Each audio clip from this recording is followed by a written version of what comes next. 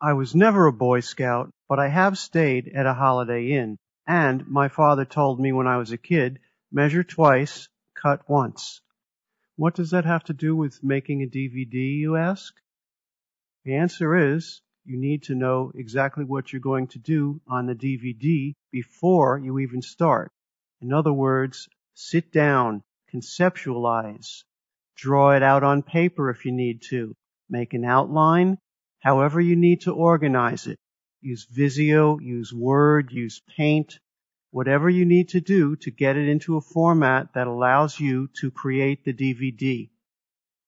This could be an outline, a Visio flow diagram, or just scribbles on paper, as long as you know how the disk is going to be organized, what features you want, what navigation scheme you're going to use, that type of thing. So conceptualize it and then visualize it. I've organized my chapters in Vegas. I have 7 chapters. I'm not going to be using subtitles this time around, but that would be the next category, chapters and subtitles. Next, think about your video. Alternative takes or angles, you can use them in DVD. If you have a 3-camera setup and you want to put all 3 cameras on the DVD, assuming you have appropriate space, you can do it and allow the viewer to switch between cameras, something to consider up front. Also, are you going to have multiple audio takes, multiple audio tracks? You can have different language tracks and switch between them at runtime. How about surround? Are you going to be using surround?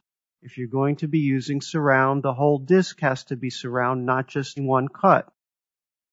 Make sure you've prepared your audio appropriately.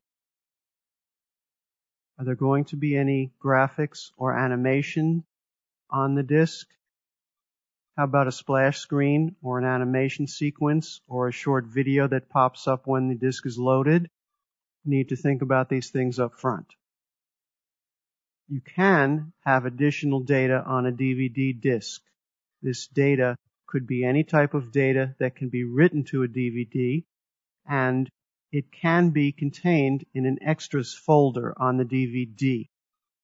You can add this when you make the DVD in DVD Architect. It will not play in a DVD player, nor will you be able to view the files in the DVD player, only for viewing on the computer. I'm going to render this as main concept MPEG-2 for the DVD, and I'm going to choose the DVD NTSC video stream. I'm going to save the project as path reference, because if I want to edit the project within DVD Architect, all I have to do is double click and I'm back in Vegas. I'm also going to save the project markers in the media file, so we'll have the chapter stops. Now I'm going to render the audio as Dolby Digital AC3. This one is stereo DVD. If you had multiple language tracks, you would render them individually as AC3 files and then add them to the project in DVD Architect.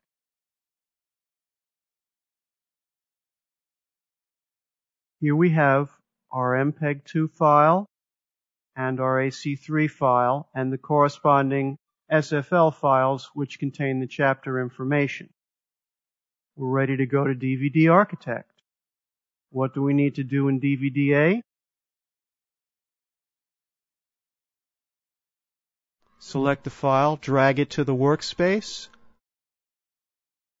right-click, insert Scene Selection menu. There are 7 chapters, and we're ready to go. More coming up.